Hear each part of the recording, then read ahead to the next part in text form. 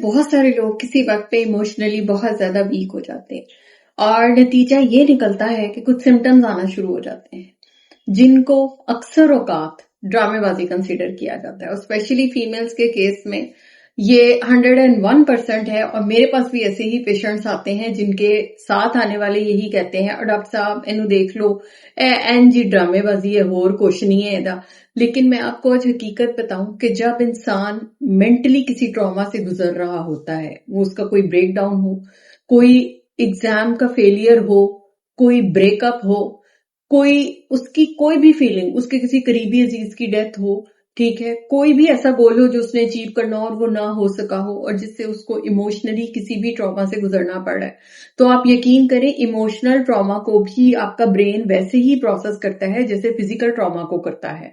और एक emotional trauma की भी पेन जो होती है वो, अगर मैं आपको रिसर्च पेपर्स बताऊं, तो कम से कम 18 हड्डियां टूटने की जो पेन होती है ना, वो आप किसी भी इंटेंस इमोशनल ट्रॉमा में फील कर सकते हैं।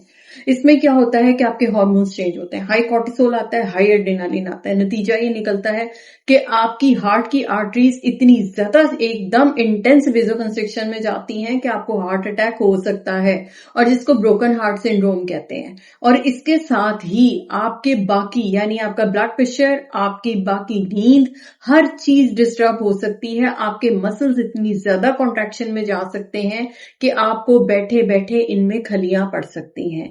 तो हर चीज ड्रामा नहीं होती, रादर ट्रॉमा होती है। तो कुछ चीजों को सीरियसली लें, क्योंकि मेंटल हेल्थ भी उतनी ही जरूरी है जितनी आपकी फिजिकल हेल्थ है।